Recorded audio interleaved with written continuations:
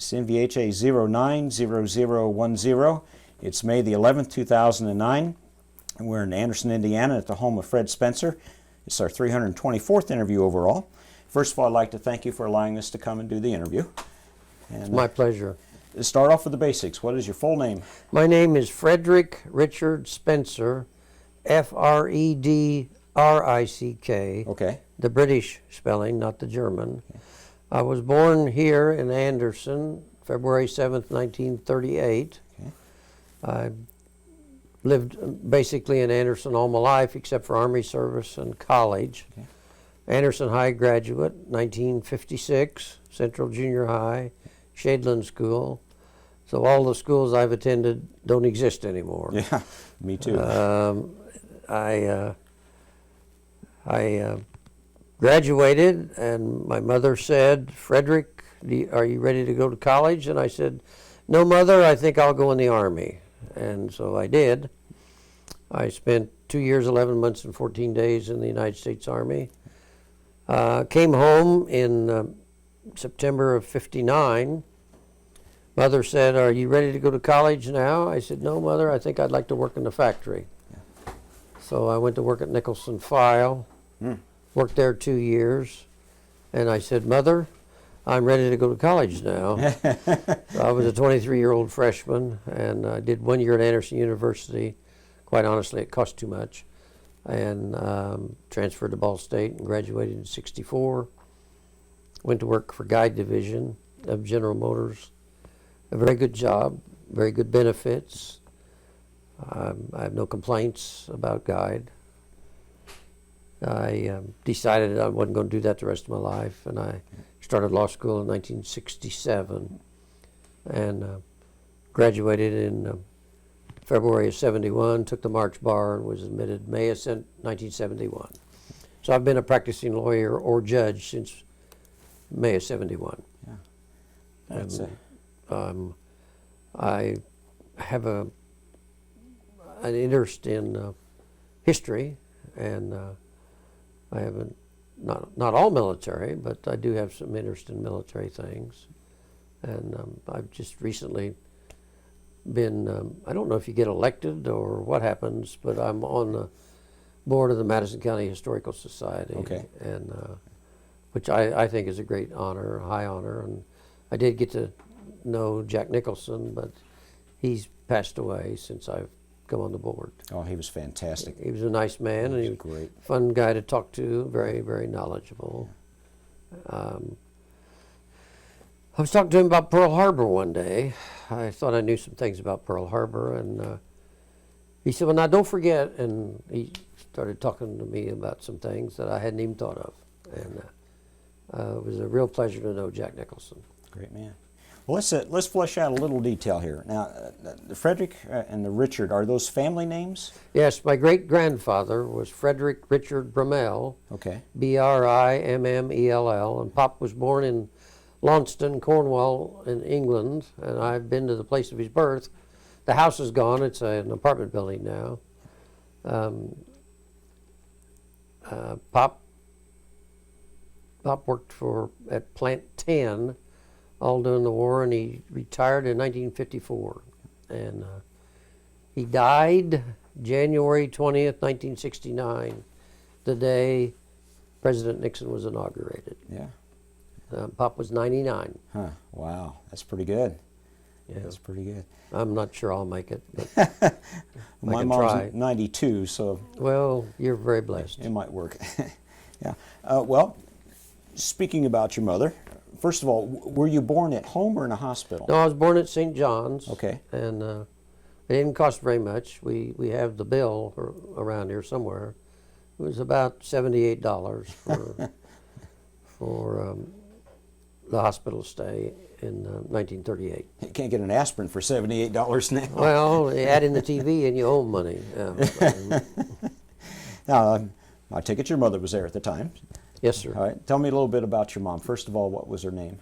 My mom's name was Mary Catherine Bradford, Catherine with a K. Okay.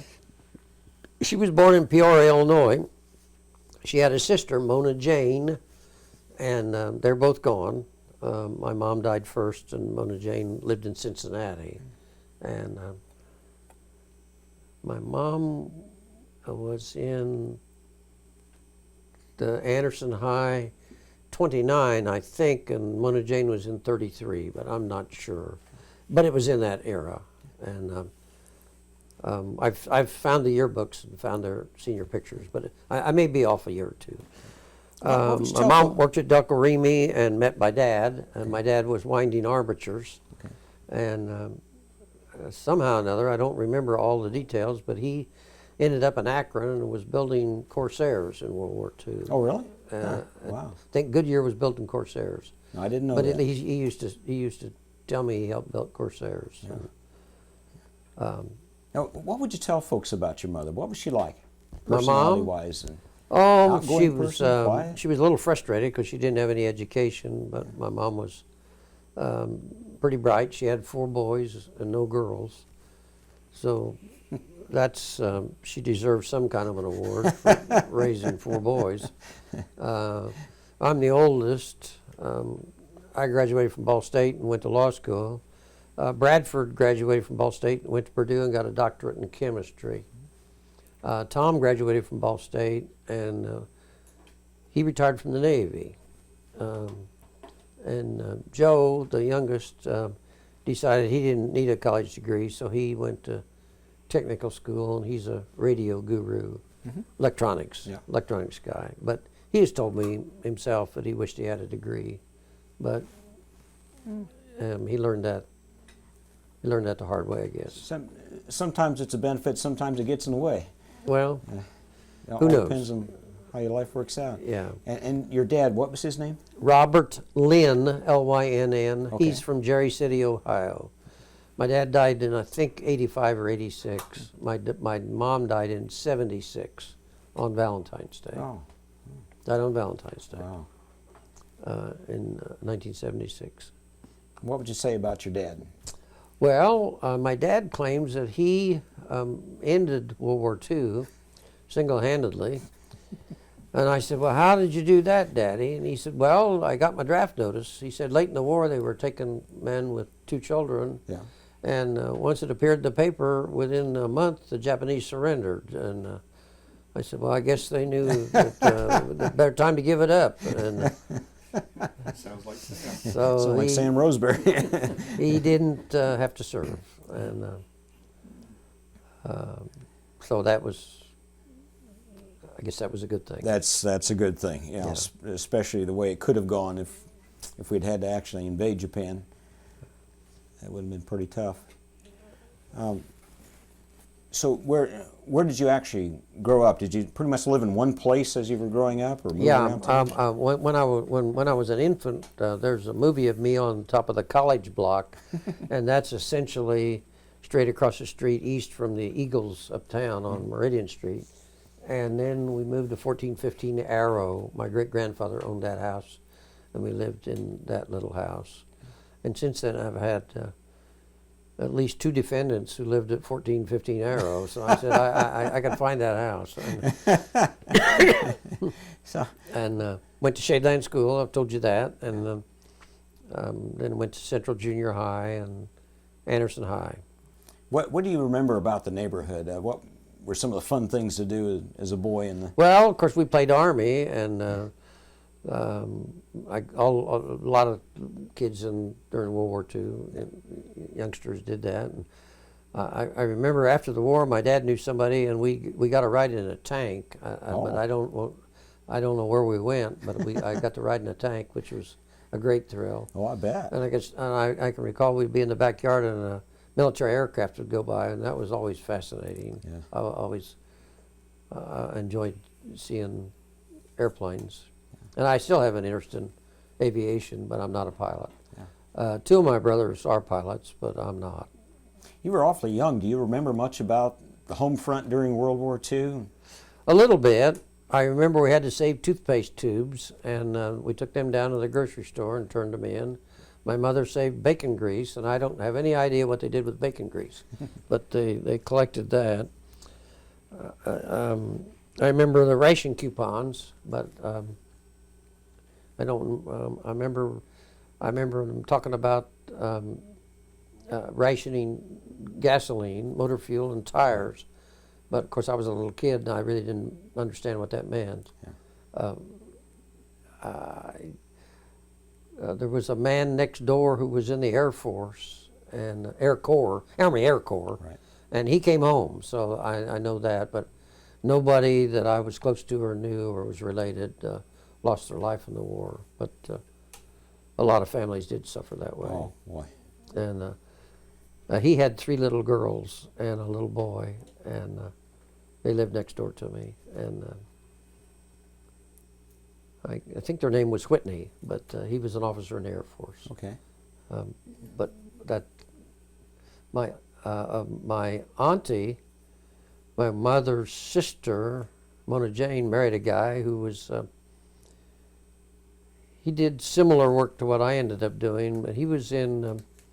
It was either Attu or Sitka. He was up in the Aleutian Islands, and he wouldn't talk very much about what he did. When I can understand why. Oh, sure. But he ended up doing work similar to what I did, and his name was Willard, and he was a strange guy, but he served in World War II. That seems to me like that'd be a really strange place to fight a war. Alaska? Oh yeah. Well, the Japanese actually seized an island in the Aleutians, and we did? had to root those guys out. And that the weather was bad, and it was awful muddy, and it was a miserable, grim business. But we wanted to get the Japanese off of our soil, so we did. We probably punished them more if we just left them there. I'm kind of thinking that might have been a better way to do it, but it would maybe not politically correct to leave the Japanese holding some of our territory. Understand that. Well, Now you mentioned your great grandparents. Did you know your grandparents very well? no, my grandmother was living. My mother's mother, she was living, and we had her for quite a long time. I don't remember what year she died. I think it was before my dad died, and he died in the 80s. So, but she left Anderson and moved to Covington, Kentucky. She was from down that way, and she was living there when she died.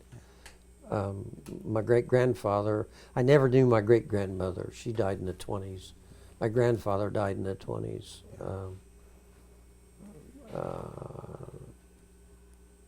So my grandparents were my great-grandfather, who was Pop, and then his daughter, Mary Ethel, who was my grandma. Okay. So we were lucky to have them for a long time. Yeah. And when you were a boy, did you have any childhood heroes, baseball players, or somebody in the community, or somebody in the Well, family? yeah, I was a baseball guy, and I liked Bobby Feller. I liked the Cleveland Indians, and of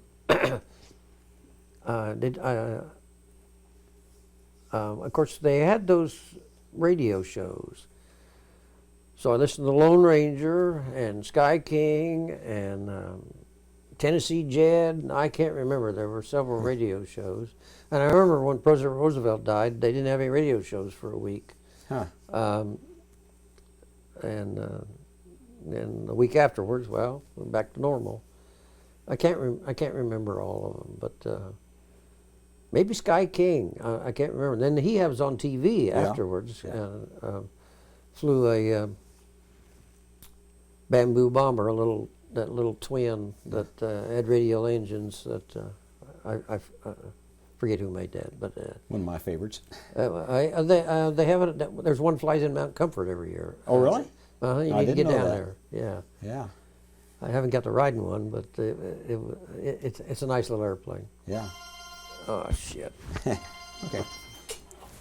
Put it on pause.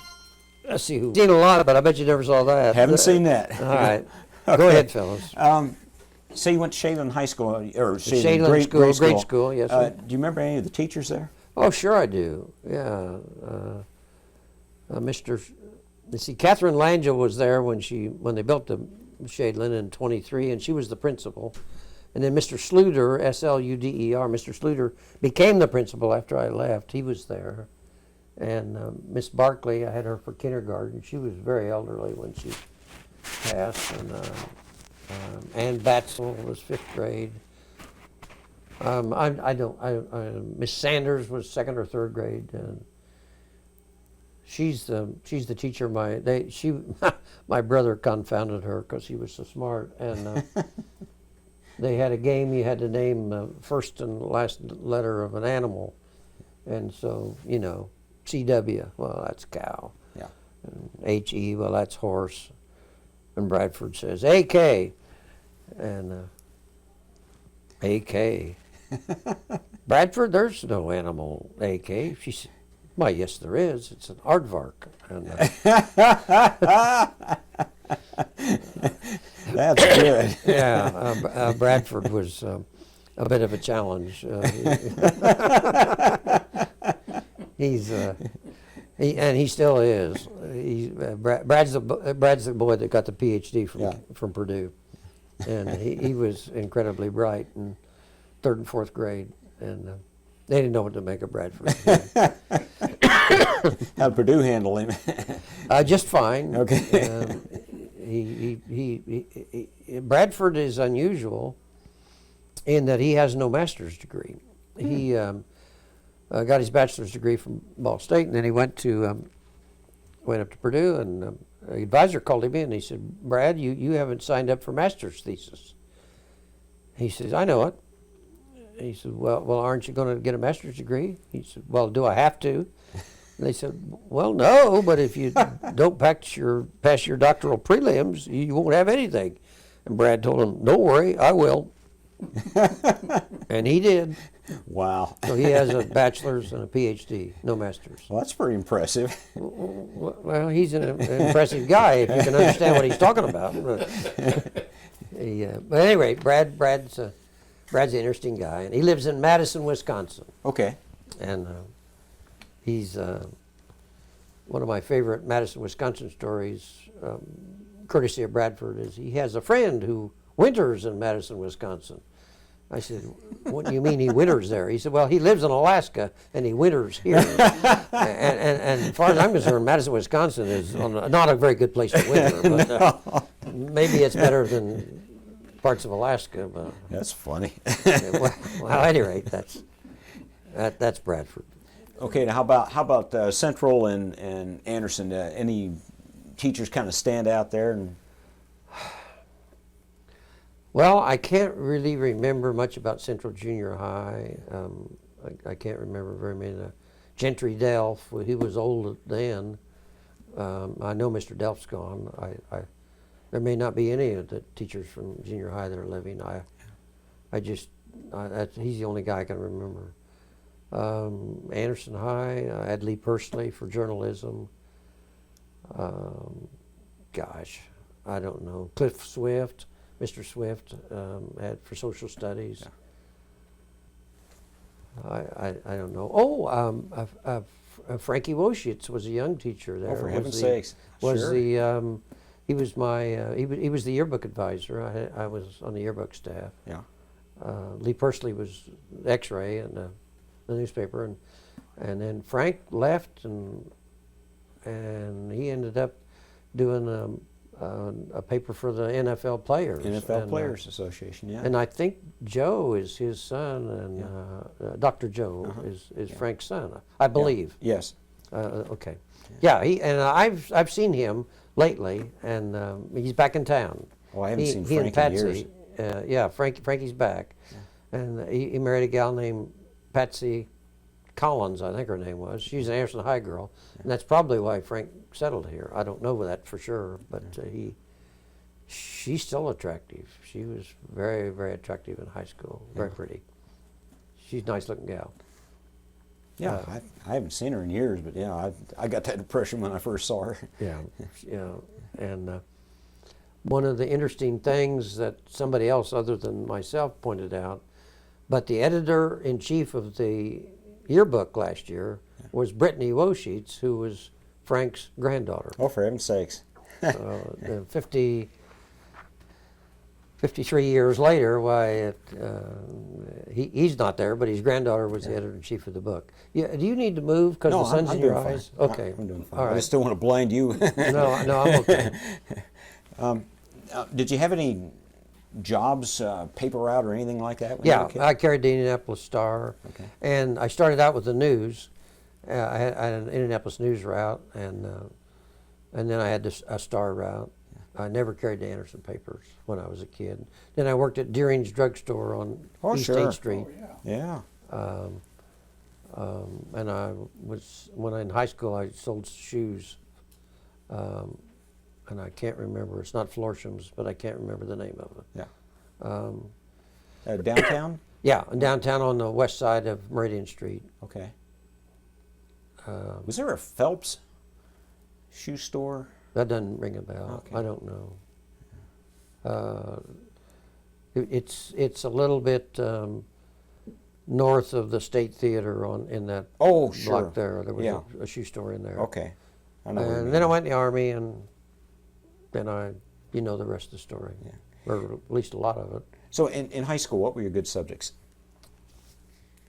Oh, probably history. Yeah. I liked, my favorite subject in all of high school was geometry, and I have no explanation for that. I just liked geometry. I did not like algebra, but I liked geometry. Yeah. And but I don't know. Seems like it was a long time ago. Maybe it was. I like geometry, but it never seemed to care much for me. Well, I didn't have any trouble with geometry. Yeah. It was pretty good. I really wasn't a very good student, but I mean, it was always up there, but I wasn't motivated, and it took a while to get me to really be a student and try to learn things for the sake of learning. You involved in any kind of sports when you were in school? No, I wasn't. I was the wrestling manager. Oh, okay. And I was an avid basketball fan, and I still am. Yeah. I estimate I've seen 1,500 Anderson High basketball games. Wow. But I may be off a little bit. Yeah. It's we've had some good teams over the years. Over the years, yeah. I've been to the state final 6 times, so what have I got to complain about? Sure. Some people would just love to win a sectional. Yeah, that's true. That's true. We'll get off tape. I'll tell you how Liberty Center had an extra player on their team. But did you, when you were in high school, did you know what you wanted to do when you got out of high school? No, Completely? I didn't. And that's why you kind of delayed things and went to work instead of going to school. And, Yeah, yeah. something like that. Yeah. Went to the Army, and I didn't know what I was going to do, so I wanted to work in a factory. And then I said, I don't know what I want to do, but I don't want to do this. So.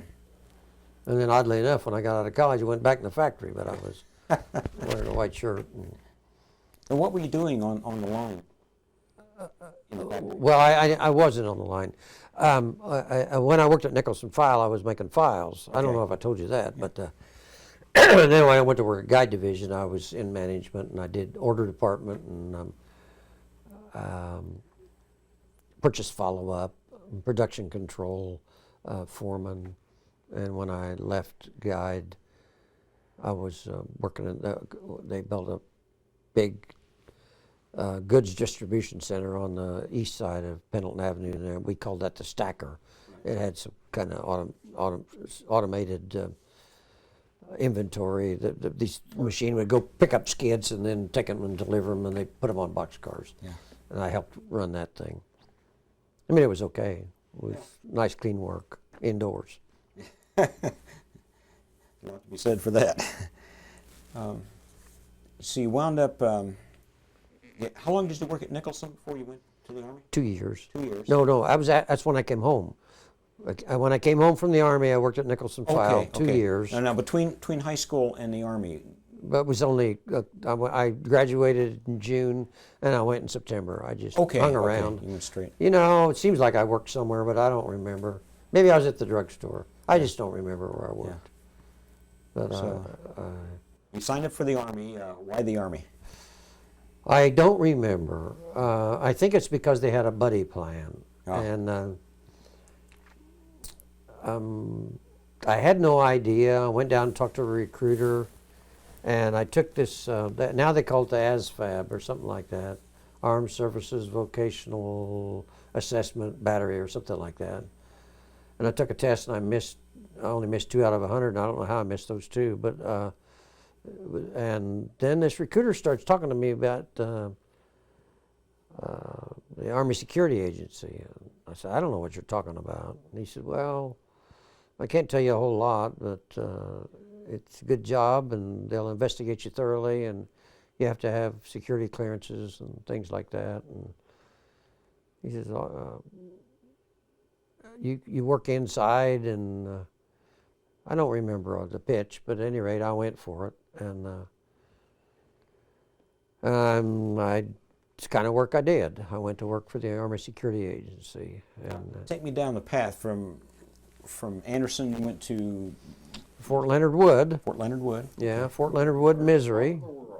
And I crawled all over Missouri. And although I have to tell you, I don't know how many people in the world like basic training, but I did. And there's not very many places I can go shoot a bazooka.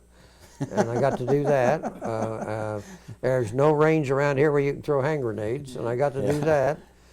You want to go shoot an air-cooled 30? Well, there's a place, Knob Creek or something, down in Kentucky, once a year. But I got to shoot machine guns, and I thought that was pretty cool. Yeah, it would be. I never did shoot a mortar. I never did do that. And I never shot a big 50. I'd like to shoot a 50 caliber someday. But the rounds are about 85 cents a piece, or something like that. Yeah. But basic training, except for the fact they had to march in the rain, was okay. I didn't mind it a bit, and got to do neat things. And I didn't mind cleaning guns. I've been kind of, let's just say I've had an interest in firearms for a long time, and cleaning M1, that was okay. That was pretty cool, I thought. Did you have firearms at home when you were a kid? Yeah, I had my daddy had an old Mossberg bolt-action rifle. Okay. And he'd take me to the river, and he had to hold it, and then I'd sight it, and he'd say, shoot that rock. So I'd shoot the rock. I was kind of little, but I wasn't very big when I went in the Army. I think I weighed about 115. And I missed expert 2 points with the M1. But I did shoot expert with the carbine. The 300-yard rapid fire got me. But so I was a sharpshooter with a rifle, and I got a couple M1s. I'll show them to you when we finish up. But both made in '43. Good weapon. Well,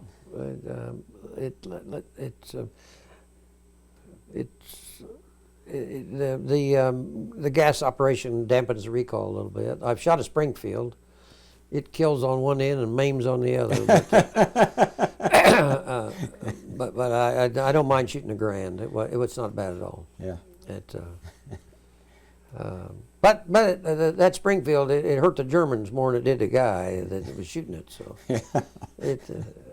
by the way, we had a lecture last year at the NRA convention called the Guns of D-Day, and they had hundreds and hundreds of troops carried Springfields in World War II. Huh. And the reason we know that is because they had, after the battle was over, they had piles and piles of weapons, and they had photographs of, here's a pile of M1s and here's a pile of Springfields. So somebody was carrying Springfields. I was pretty surprised. I didn't realize. Didn't realize it went that deep into the war. I can see the beginning of the war. Yeah. Well, maybe service troops and guys that cooks and stuff. I don't know, but there were a pile of Springfields there. Huh. We saw them. And this year the lecture is going to be the guns of the Battle of the Bulge. So that we'll probably go to that. Yeah. We're going to Phoenix next week. Oh. It was a fascinating lecture. Fascinating. It would be. The guy talked for 2.5 hours without a note. Wow. He was good. He was good. He knew his stuff. He's one of the curators at the museum in New Orleans, and they used to call it the D-Day Museum, but now I believe, pretty sure they call it the World War II Museum. Okay. Very, very knowledgeable guy. He'd talk about a BAR, then there'd be a film clip of him shooting a BAR. Yeah. And then they'd talk about, oh, I don't know, there was a guy named DeGlopper was in the 82nd, and he got the medal. And he was a BAR man. Mm-hmm. Gave his life saving a patrol. Yeah. And little trivia stuff like that. Stuff that's very interesting to some people, not interesting to some other people. It would be to me. I know. I would find it Without very a doubt. interesting. Yeah, Very without much. a doubt, you'd have loved it. Yeah. And he actually used a camera, and we walked to the place where DeGlopper earned his medal, and then he described the Germans were here, and he's here, and the patrol was over here, and DeGlopper stood up and engaged them, and then the patrol got away and gave his life to save those other boys. Holy ground. A lot of that going on in Yes. World War II. Yes. It sure was. I've been to the invasion beaches. If you want to, I'll show you some sand from Omaha Beach. We brought it back. Yeah. If you treat me nicely, I'll give you a little of it. How nice would you have to be for that? I want to go collect my own. But I have held in my hand. You'll never forget it if you do go. And we went to well, it's Utah, Omaha, Gold, Juno, Sword, I believe it is. Right. And we've been to Utah and Omaha. We went by the other three, but we didn't actually go to the water. Right. And then I said to the guy, "Are we going to go to Pegasus Bridge?" He said, "I don't know if I have time." I said, I'd really like to go see the Pegasus Bridge. So we made time. And there was a very proper British fellow there in the museum.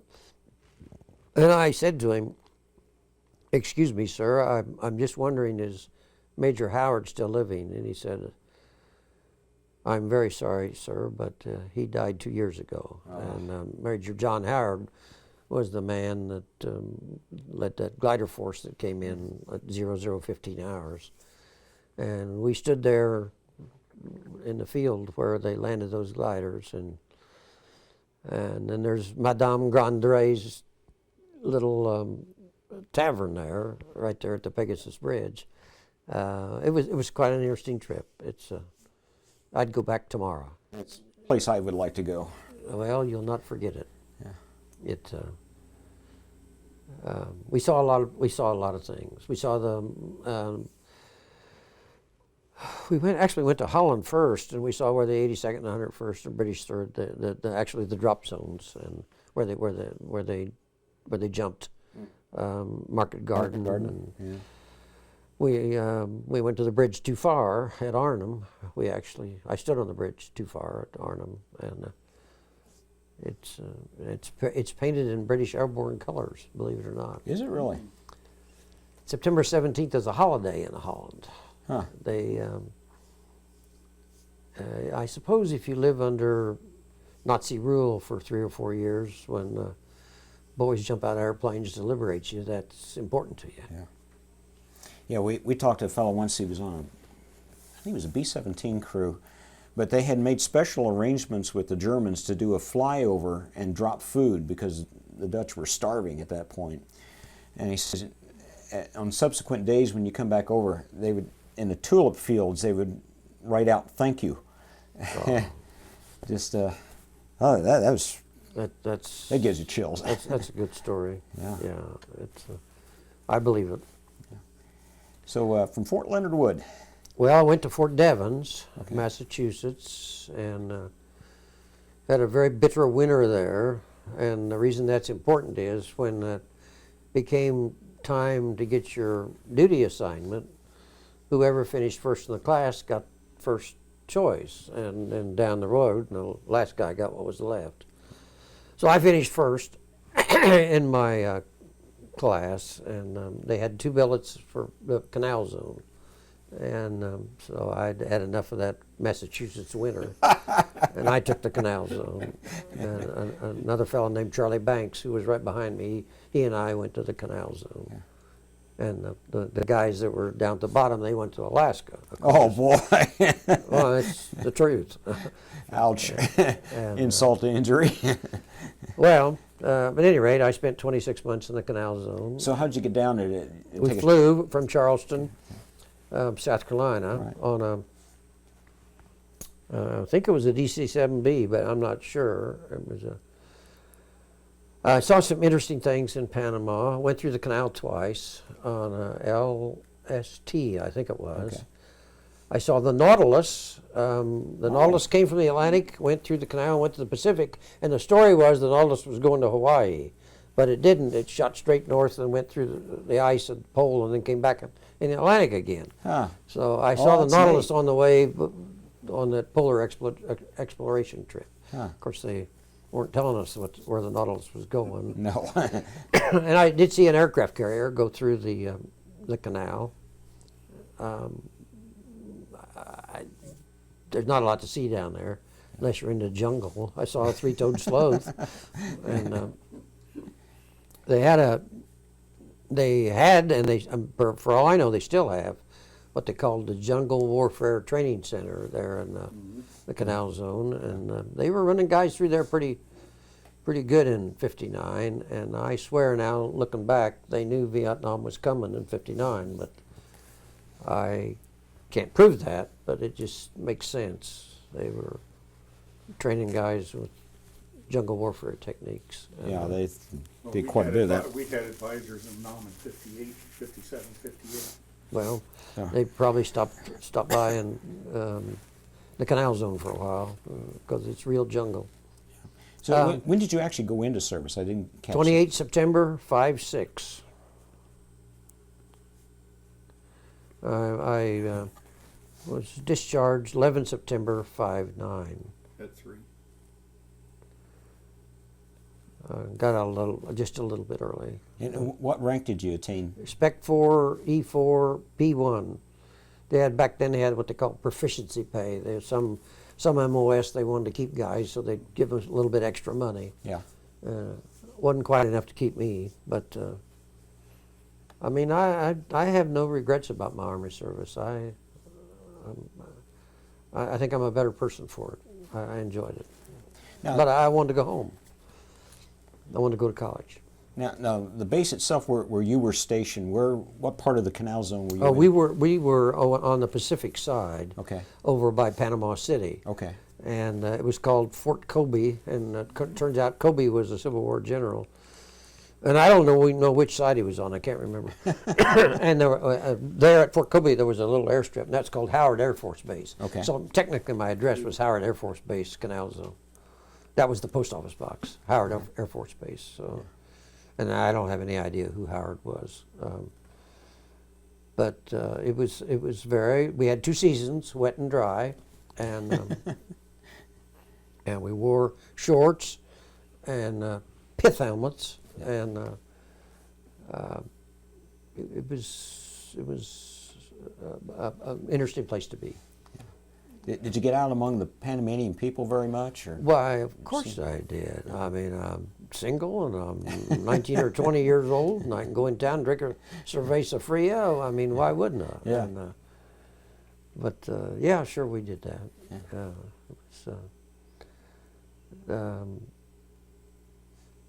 I wouldn't want to live in Panama City. I mean, it's a big city, and there's a lot of poverty there, and my recollection is there's not much of a middle class. There are poor people and there's rich people. But, Yeah. But it was, but I mean, that was a thing to do. Go in town and have a beer, and we did that. We did that. Although I have to say, on my 21st birthday, I didn't do anything. I mean, I had to work the next day. So. Put the kibosh. Typical day of work when you were working in the Canal Zone. What's your, Well, to the extent that you can tell me? we had we would work 3 days let's see, we worked days, evenings, and midnights, and then we had a rotating schedule.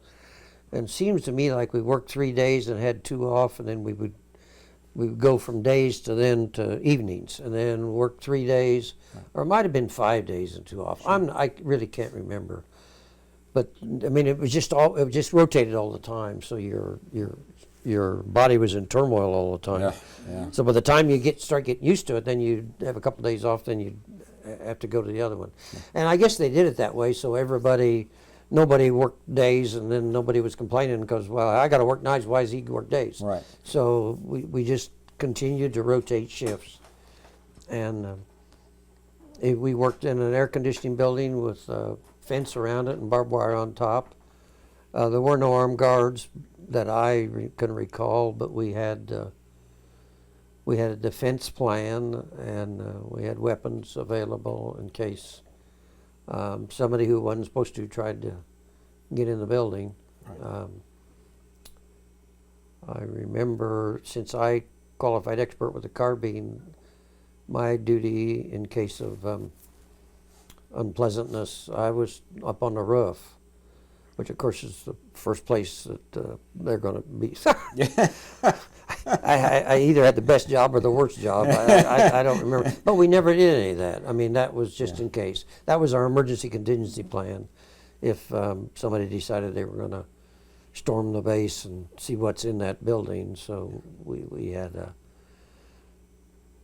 but that never happened. Now, politically, Panama can be a pretty unstable place. Yes. What was it like during... Well, that would happen occasionally, and of course then it would be off limits. We couldn't go into town, and we had to wait a decent amount of time so everything settled down, and then we go back into town. But yeah, that did happen, I think 2 or 3 times. Probably the most significant thing politically that happened while I was there was Batista fled Cuba on January 1st of '59, and out of the hills came Fidel and took over. And that was, I'm sure that was the focus of some interest amongst some people, but I'm just not in a position to say very much about the work we did. Right. And it's all highly classified and sensitive, so. And I'm sure some of it is in the public domain, but I don't know what is and what isn't. So I don't want to say anything. Well, we don't want you to overstep either. Well, I'm not comfortable saying anything. Yeah. I mean, you signed, I can't tell you how many forms about what bad things will happen if you tell stuff you're not supposed to tell. And so I prefer not to do that. Now, what was the primary mission in there? Who were the bad guys, to the extent you can tell me?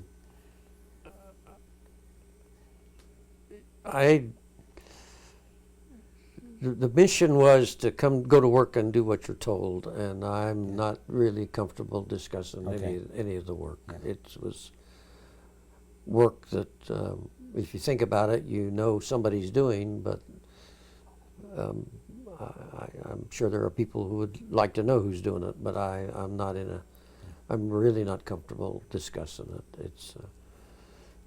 It's what we were chatting about the Battle of Midway and the role of Joseph Roquefort and Station Hypo and those kind of guys, and that sure made a difference.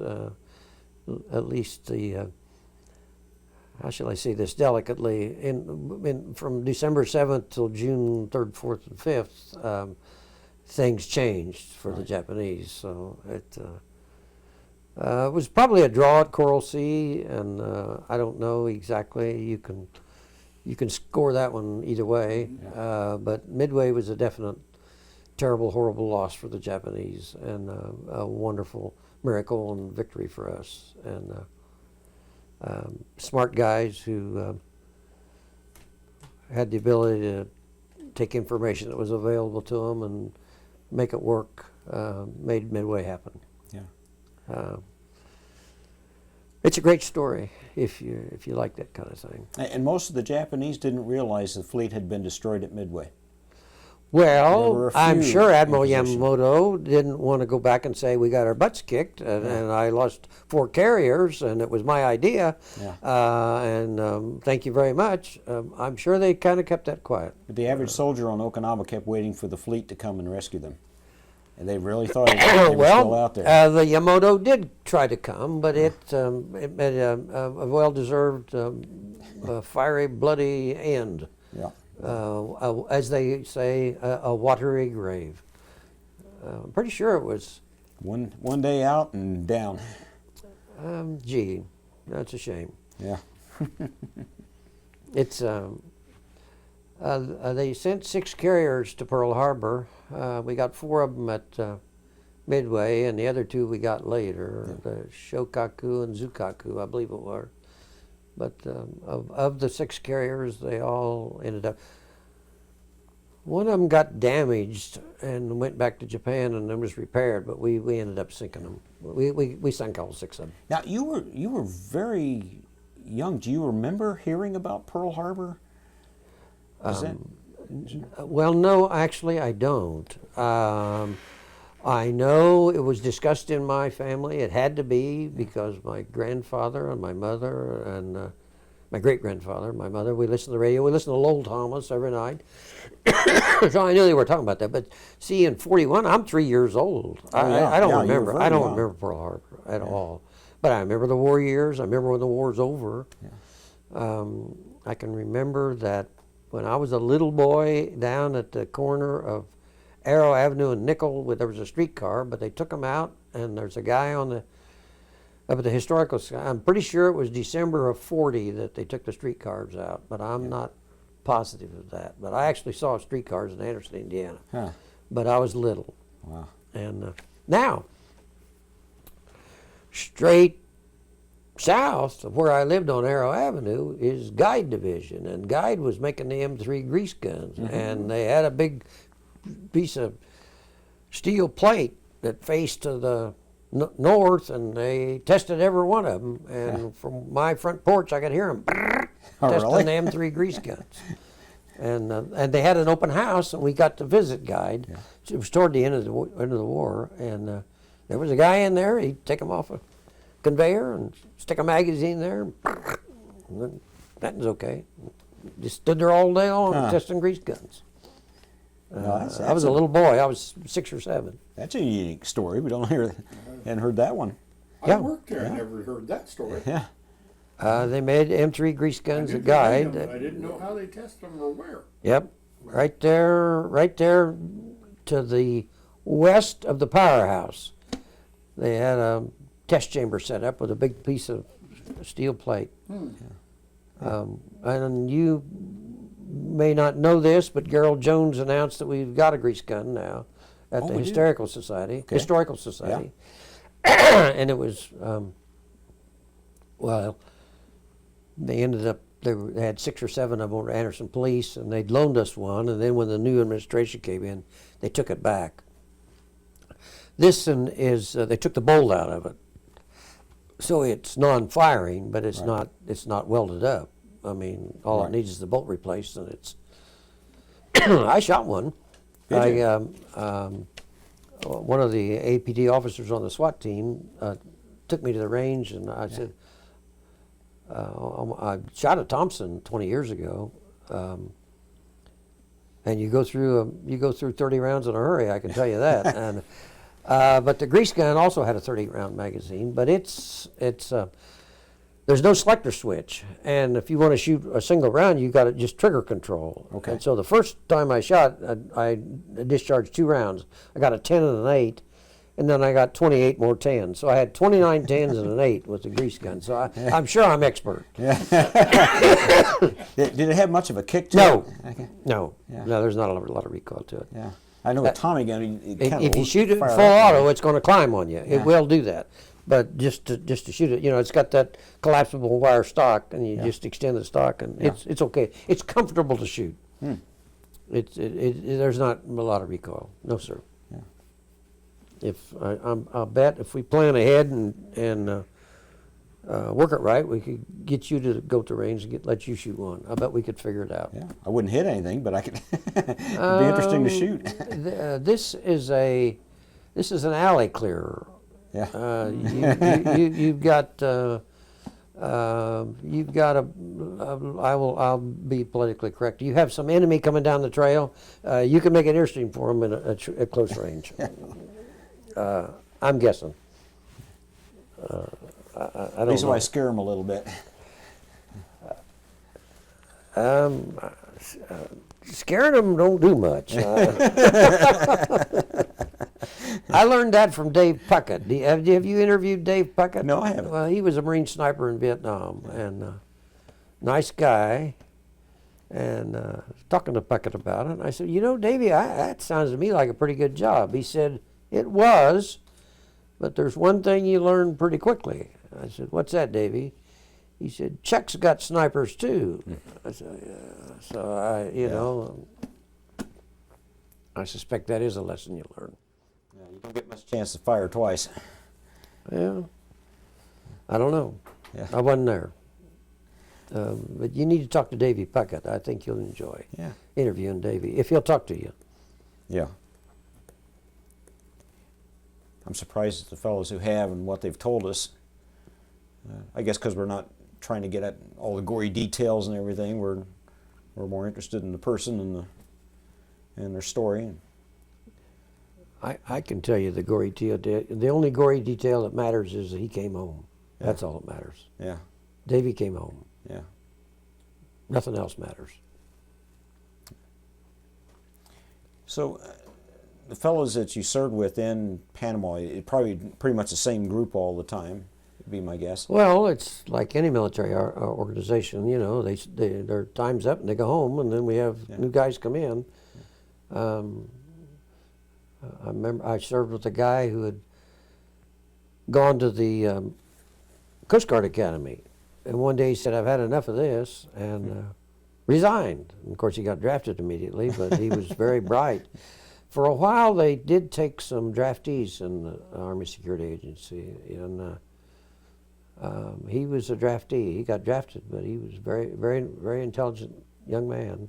But since he dropped out of the Service Academy, they drafted him. He ended up going to Carleton College, I think, and I'm pretty sure that's in Minnesota. Mm-hmm. Right. Is that Northfield? That's in Minnesota. I don't know where it is, but at any rate, he went to college there. Charlie Banks, the man that I came down with, he lives in Chicago, but I've never seen. There was a guy that lived in Sun Prairie, Wisconsin, and I can't think of his name. And I did go visit him once after I got out, and he had two sisters, and I had a blue MG, and but it was just a guy to go visit. Yeah. And I've never seen any of the rest of the fellas since. We just went on with our lives.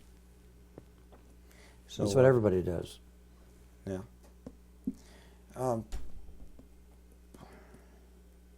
What was the best part of being in Panama?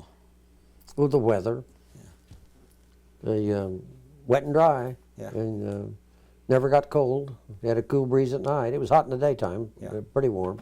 But in the evening, the breeze from the Pacific, it was good sleeping. And it was, I'd have to say the best part was the weather. Yeah. It was, sometimes it rained. In the wet season, or rainy season, it rained every day. But it doesn't rain for very long. It rained for 30 or 40 minutes and then it'd blow over.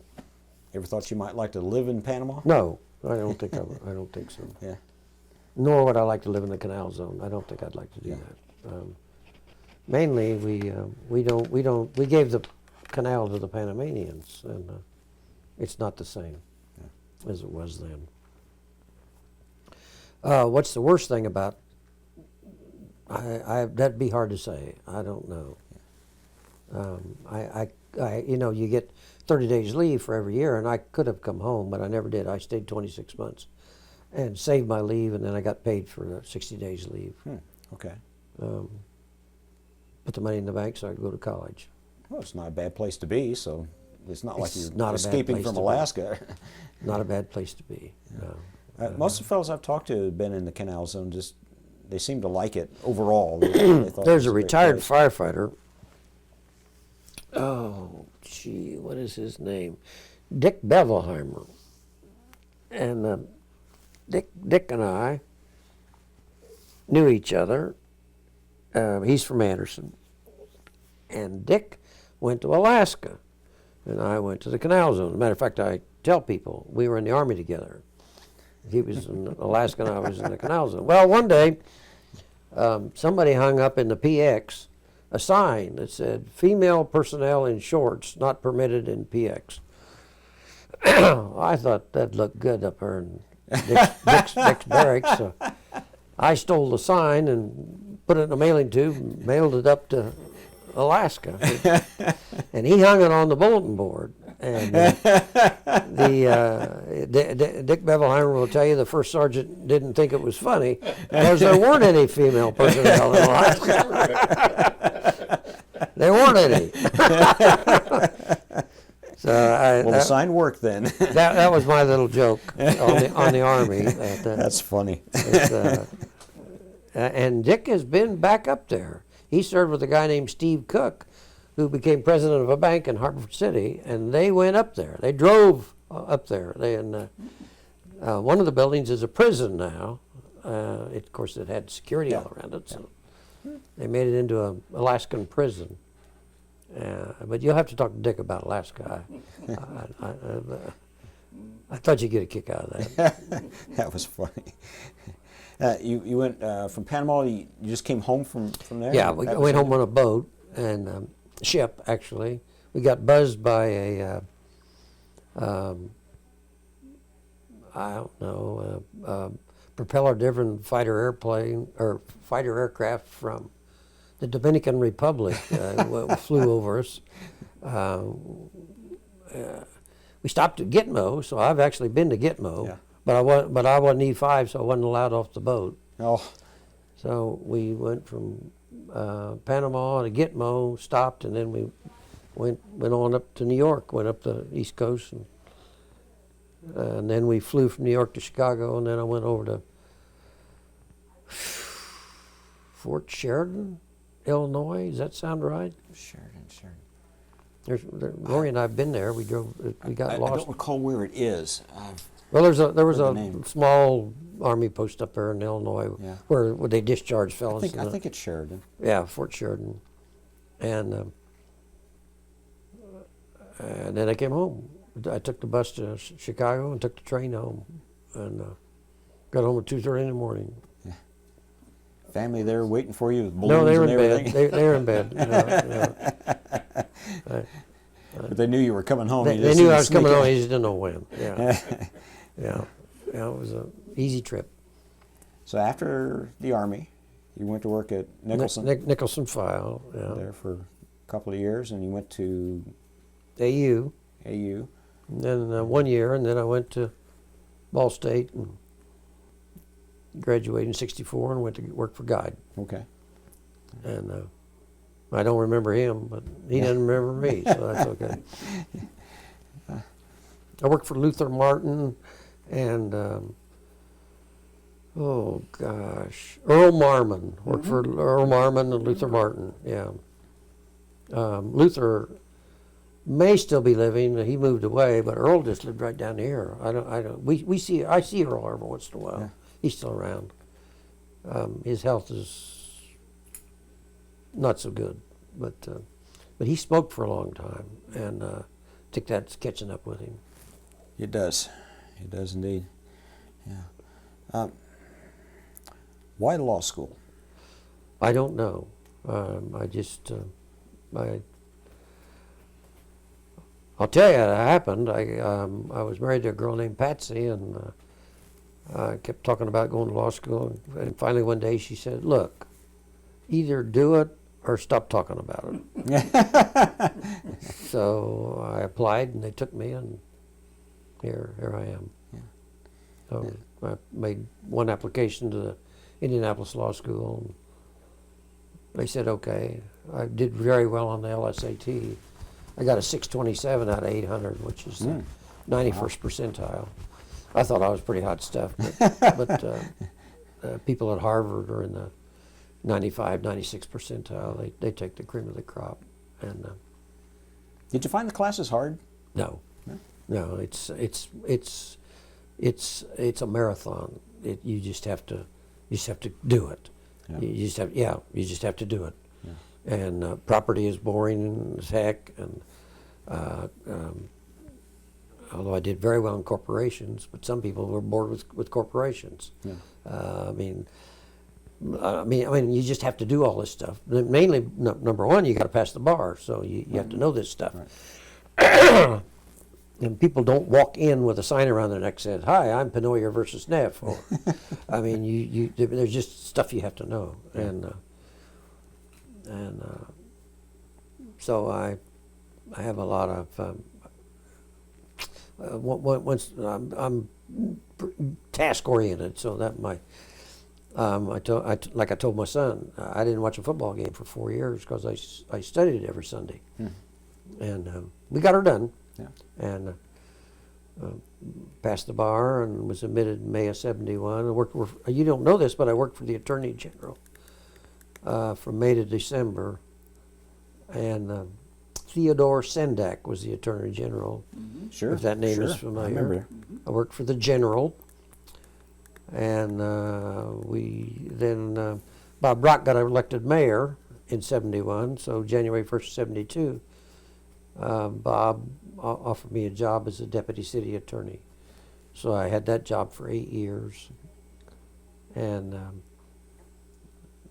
then Republicans got in '79. And then in '82, I ran for judge and got elected. In '80 was a huge Reagan landslide. Yeah.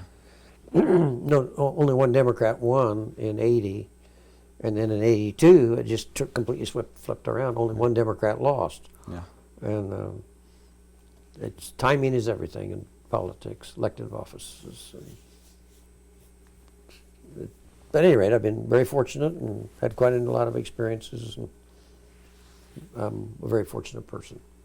Yeah. Do you like being a judge, or I love it. would you have sort of gone a different route with the law? Well, ideally, I'd have inherited wealth, but that didn't work out.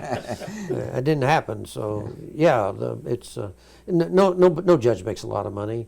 Even the big Supreme Court doesn't make a lot of money, but I mean, it's a good job and a lot of responsibility. You landed where you wanted to be. Well, I landed where I don't know. It just happened that way, and I've been all right. And got a decent pension, and I can retire when I want to now, and I won't be going hungry. I'll be all right, and I'm not going to have to. I'm very likely going to find something to do, but I'm not going to work at Walmart. I mean, I'll find something to do that I want to do, not something to do. It won't be work that I have to do. Right. It'll be something that I want to do. Yeah. So, who knows? That's a good position to be in. It's a nice position It really to be is. in. Yeah, but I'm not going to be rich, and no judge gets rich. If you have enough, why does it matter? Well, That's it the matters thing. to some people. Apparently, it doesn't matter to me. Yeah, just having enough is the important part. Yeah. Now, you mentioned Patsy. Yes. When did you meet Well, her? we married in '67, and that lasted 25 years. And in '92, we kind of parted company, but we're still friends. And that's my kid's grandma, so we get along. Yeah. And I married Lori in '95. Okay. How many children did you have by Patsy? Two. Two. Mm-hmm. One boy, one girl. Okay. And their names and a little something about them? Well, Cynthia is my first child, and she works for Anderson Light and Power. She's the only woman over there. She's a little mini pole climber. And she went to Indiana State for a couple of years,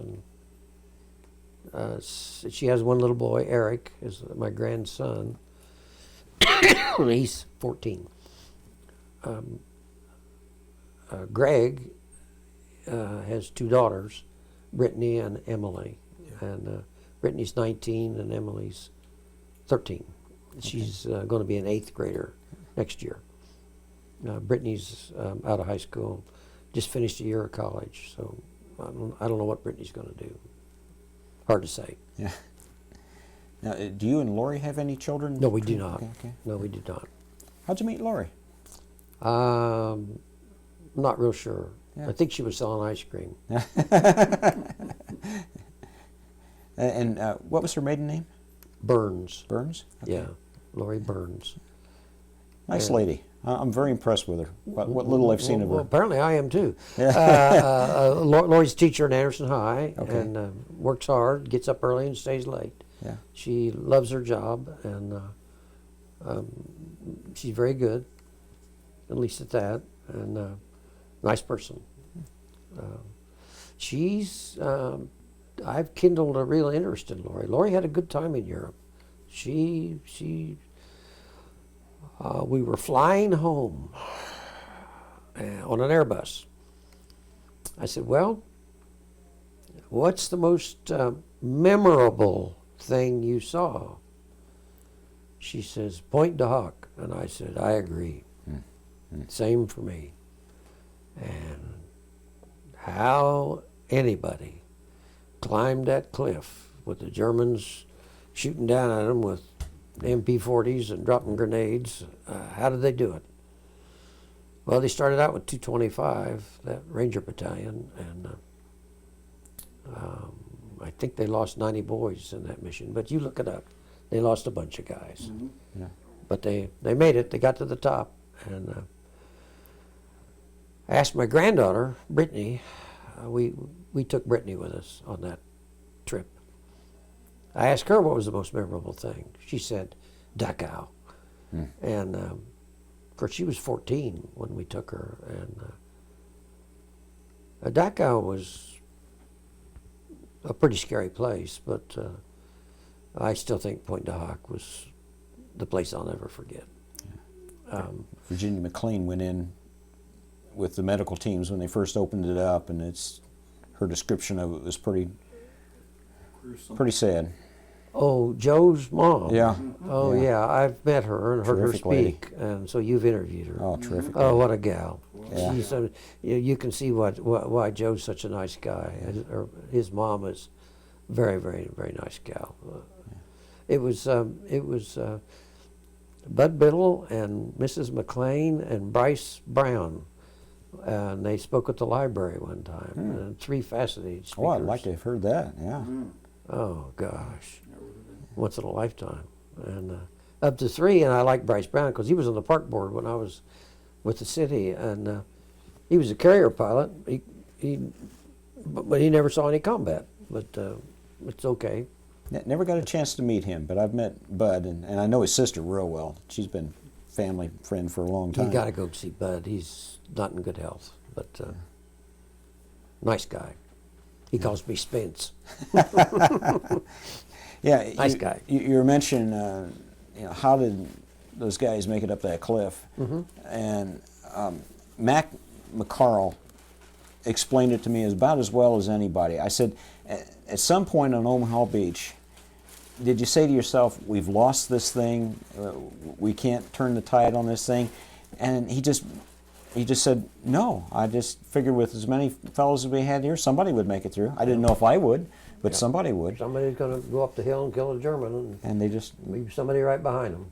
they just never really stopped to What think. you've got to do when you go to Omaha Beach is you've got to walk to the water's edge at low tide and turn around and look towards the shore, because there's 100 yards of nothing. And how those guys made it, it's hard for me to understand. Oh, just, But some did, and at the end of the day, we got the mission. yeah. They started up the hill and started killing Germans, and that's. Utah was a lot easier. We lost 191 boys at Utah, and But they landed at the wrong place. Well, that helped too. And General Roosevelt said, "Let's start the war here." And yeah, it helped. Actually did help. They didn't know it at the time, but The thing that broke it open on Omaha Beach was those 2 destroyers that were sent they in. helped. That sure helped. And, that was gave them some firepower that Exactly. they didn't have. Because they didn't have it from the tanks. The tanks were all lost coming in. Tanks were lost, and the Navy saved the day. Yeah. Yeah, they were spotting the hot spots, and they helped out. There's one that was part of the lecture last year at the Guns of D-Day, and one hit a mine and they lost some guys. It sank I don't know if it was a destroyer or a DE, a destroyer. I don't know, but one of those Navy vessels hit a mine, but they were there to help, and we got the job done. They were hitting bottom, and Well, it was it shallow was just water. They came in. duke it out.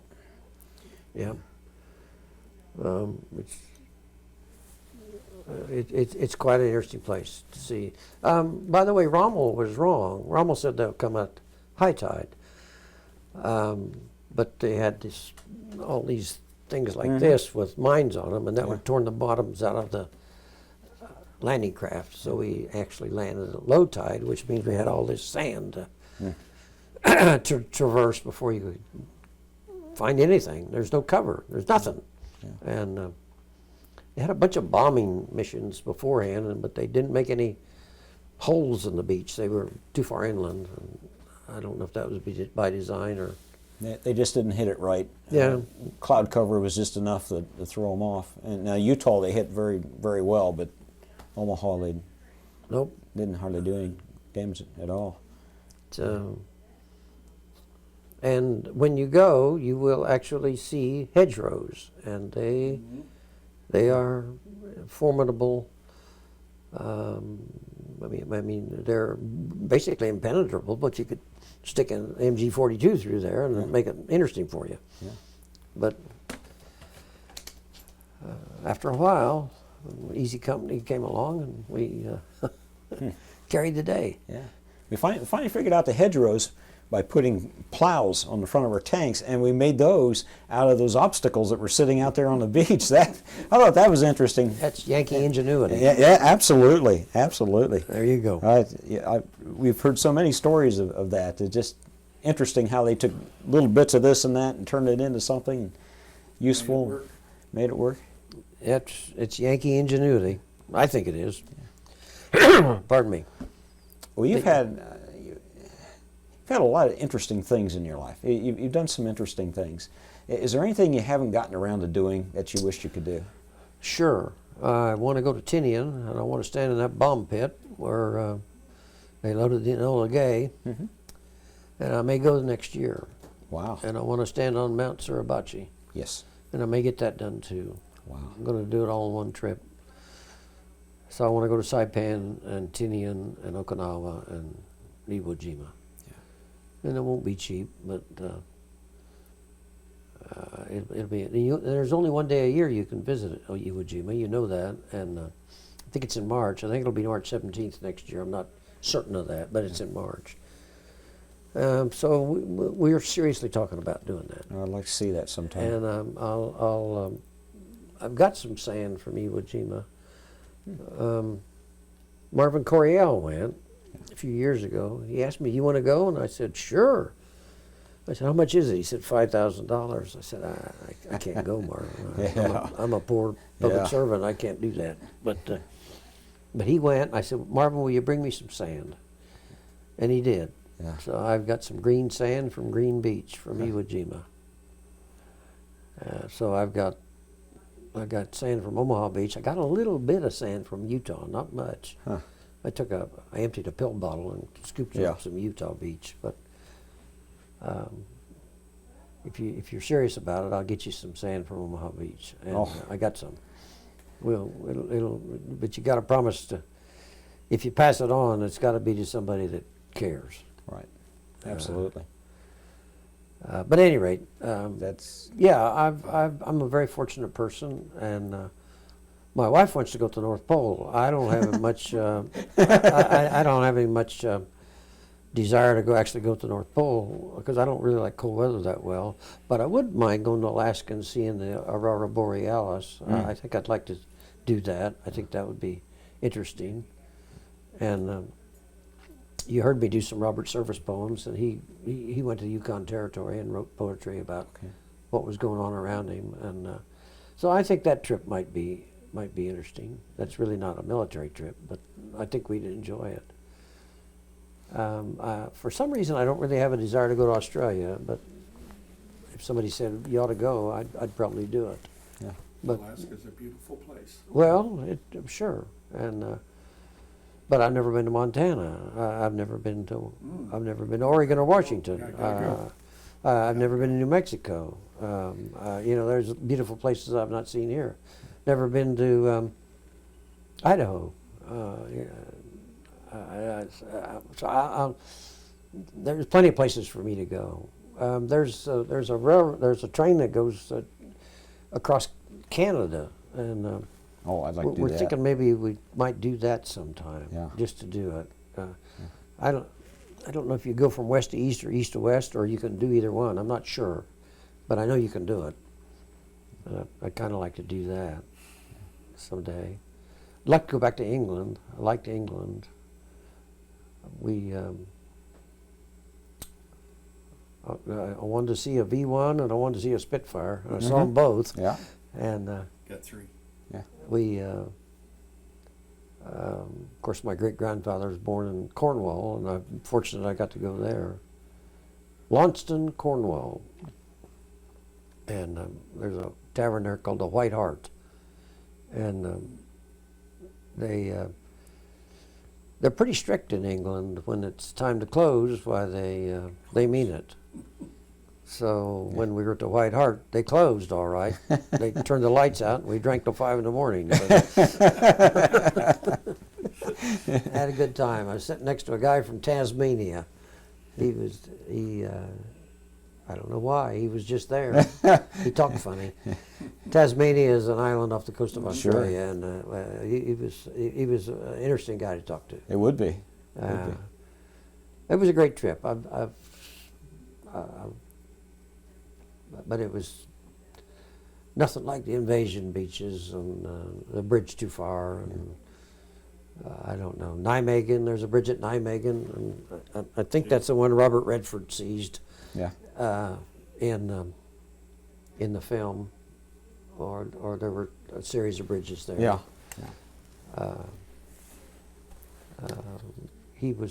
Robert Redford was not happy with Montgomery stopping to have tea. Bring the armor up here. We're getting chewed up, and you're having tea. And I've met guys who don't think much of Montgomery. I've met them. I met one guy that thought he was the greatest guy in the world because he was a soldier. Yeah, but he always stopped and have tea.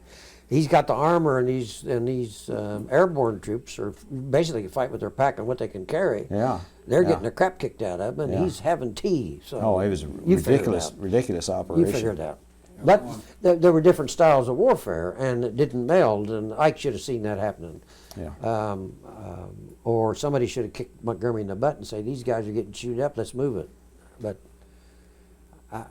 I wasn't in charge. It was the Battle of the Bulge in reverse. Well, except for there wasn't any snow. But we were knifing in and surrounded, whereas the Germans were knifing in and surrounded, and it was a no-win situation. Well, yeah, kind of. Very similar. Very similar. It was kind of. I get the point. Yeah. 30 seconds. Hey, by gosh, we did go to Bastogne, and that's a good place to go. Ah. We got and there's a statue to McAuliffe right there in the town square. Oh, really? And there's a nice museum in Bastogne. We enjoyed. Is there anything else about your life story that you would like to get included on this tape? Service groups that you've worked with, or projects you've worked on, or anything? Well, yeah, one of the I feel one more meaningful projects I undertook was serving on the board of the symphony, and I did that for 9 years, and it was very satisfying, and I enjoyed that. I've been on the Urban League board for quite a long time, and my own view is that if you're a public servant, there's more to it than just doing your job. You're expected to be a community leader, and so I've tried to do some of that and help contribute. And I umpired for years. I have umpire stories, but that really doesn't go with the theme of this presentation. Go ahead. That's probably worse than being a judge. It's tougher Well, sometimes. I'll tell one umpire story. There was a man named Mr. Miles who, when I was doing Little League games, he'd sit down with the first base. He sat down the first baseline, and he was on me the whole game, every game, just shrieking and screaming at me. And finally, one day, I walked up there and I said, "Mr. Miles, have I done something to hurt your feelings?" And he said, "Nah, Spence." He says, "I just want to make sure you earn your money." And I said, "Mr. Miles, Little League umpires don't get paid. We're working for nothing." "Oh, gee, Spence, I didn't know that." And he quit hollering at me. Oh, that's funny. And I got another umpire story. I was doing a game over at Chesterfield, and this was I can't remember, it was a tournament. It was a pretty important game, and they had me on second base. It was a Little League game. Well, the first base coach was, in Little League, you can't leave the bag till the ball passes the batter. Mm-hmm. Well, this coach was coaching this kid on first base to leave the bag early. And I was down on second base, and he sent that kid early, and I threw him a flag, which means he has to go back. Yeah. And whether he's out or not, he got to go back. Yeah. And that coach come out there just shrieking and screaming at me, and he says, "That's not your call. That's not your call." And I said, "Coach, you're right. It's not my call, but I saw it, and he didn't, and the runner's going back." And he never said another word. He turned around and went back where he belonged, and it was okay. And that was okay. It was. I had a lot of fun umpiring. I made a couple of bad calls, and I remember both of them very well. But there's a tricky rule about the drop third strike, and but it doesn't count. Let's see. It either doesn't count if there are 2 outs or something. I don't remember. Anyway, I got it wrong. Yeah. And I forget. It was a fast pitch softball game. And after the game was over, one of the coaches came over and said, "Hump," he said, "you blew that call." And he explained it to me. And I said, "You're right. You're exact. Why didn't you say something?" He said, "Oh, we were far ahead. I didn't think it mattered." I said, "Holy cow, don't ever do that again." I said, "I've seen teams come back. Yeah. 1 run can make a difference." And he was right. I didn't get it right, but they didn't. They let it go, and that's a mistake. You're supposed to get it right. And it's been too long ago. I just don't remember exactly. But that's a tricky rule about the drop third strike. And but I'm good at infield flies. I got that down pat. And I've actually had to stop a game and explain infield flies to coaches who didn't have a clue. They didn't have any clue what the rule was. And it was okay. But umpiring's like life. I mean, you got good players and bad players, and it's a lot easier to do a game with good players than it is with bad players, because they just want to play and they know what they're doing. And the bad players, they got to blame it on somebody, and usually it's the umpire. Mm-hmm. Yeah, So, of course. Yeah, but at any rate, never mind all that. It's I figure when when the kids can beat me to first base, it's time for me to quit. And that day's long past. So. Although they got these recreational leagues, slow pitch fastball, or excuse me, slow pitch softball, and when I retire, I might do that again. I mean, that's not so you don't have to run so much to do that. Yeah. There's an old guy. He's actually stopped in the courthouse and said, "When are you going to come umpire with us again?" I said, "When I retire." He said, "Okay, I'll hold you to it." So it was okay. It was. Never mind all that. Hey, my cousin, I got to tell this story. My cousin was in the Navy, and he's a lawyer in Cincinnati. Purdue guy, I'll overlook that. But but Joey called me one day 3 years ago, and he said, "I'm wondering. I'm in the Navy League, and we're having a speaker Thursday, and you might want to come down and join us for lunch." I said, "Joey, it's tough for me to. That pretty much takes a whole day. I don't know if I can come down there. Who's the speaker, Joey?" He said, "Oh, it's a guy that went to Tokyo with Jimmy Doolittle." I said, Whoa. I'll be there. And I did. Need the opportunity. I went down there, and it was Tom Griffin. He was co-pilot on plane 6, I think, but don't hold me to that. Right. Great speaker, great story. He started out saying, some of you guys have heard this story. I'll try to make it interesting. Are you kidding me? I mean, it was fascinating. He survived the Doolittle raid, came back and was flying a B-26 in Italy, got shot down, and the Germans took him prisoner. Oh, good grief. But he survived the Wow. war, and he became an accountant in Cincinnati and retired. Huh. Great speaker, fun, interesting guy. And I got his autograph. Ah. So 3 weeks ago, I went down, and there's a old guy served in the Navy in submarines from 38 to 68. Wow. And he's 92. And he was speaking about his submarine experience in World War II, and he was a good speaker also. So I've only been down there twice, and it was well worth the trip.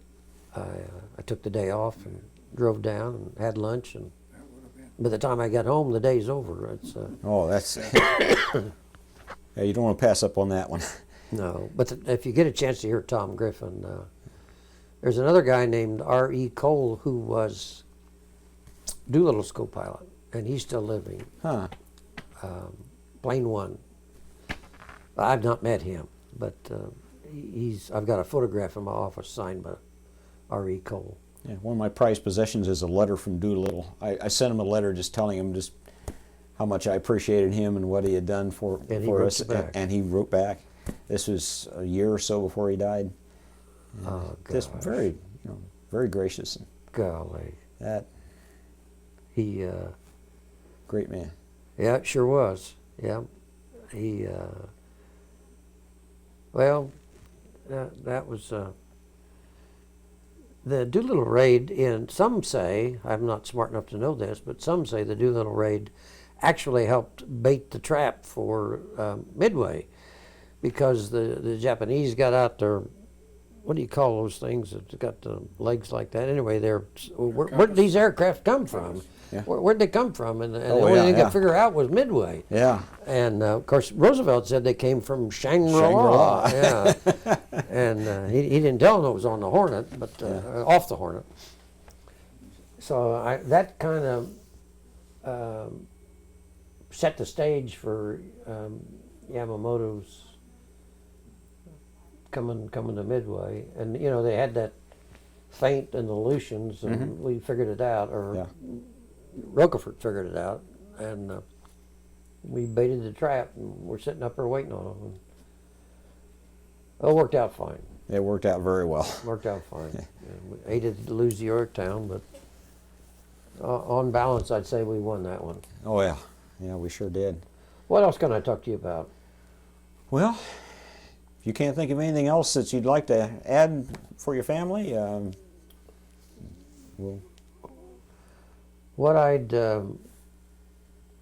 what I'd like to be remembered as when I'm gone, and all of us have to go sometime, but I've worked since I was 13, and I'm 71, and I always tried to do a good job, always saluted the flag. If I say a prayer, I always say a prayer for the boys and women in the military. Yeah. And there's some days I just look up in the sky and thank those boys at Midway, and some days I look to the east and thank those boys at Omaha Beach. Yeah. You know, we lost more flyers over Europe than we did Marines in the Pacific, and that was a mean job. That was. Fighting the Germans. That was. And, I don't want people to forget that. Better. Not a bad place to sleep at night, but boy, when you were working, those were just horrible conditions. Well, Tom Brokaw's right. Maybe it was the greatest generation.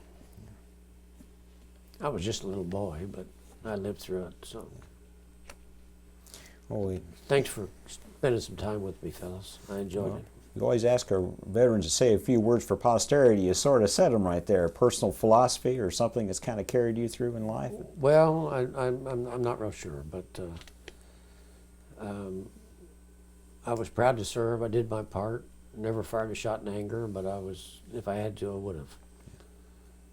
And do you remember when we had the trial and the mercenaries were going to come to town and break out Roger Jaskey from the courthouse? Oh, do you remember all that? Yeah. Well, I was a trial judge Okay. for that case, and when the trial was over, we had the jury sequestered. I've only had 2 or 3 sequestered juries in all that time I've been here, and of course they could talk, and the news media was swarming around. Yeah. And I hung around a little while, and I started walking. It was time for me to go home, and they come out there and they stick that microphone in my face, and this fella says, "Judge, we understand you had a firearm under your robe." I said, "Well, I don't really want to talk about that, but I'll tell you this. If I was going, I was taking a couple of them with me." And, I had a cocked and locked .45 stuck in the top of my pants, and Sheriff Thompson he knew I could shoot. He said, "You bring your .45. Yeah. So I did. Wow. But everything turned out okay. Well, Specialist It's been a Spencer, real pleasure. I want to thank you for this interview, for your service to our country. Really appreciate your time. Oh my gosh, I did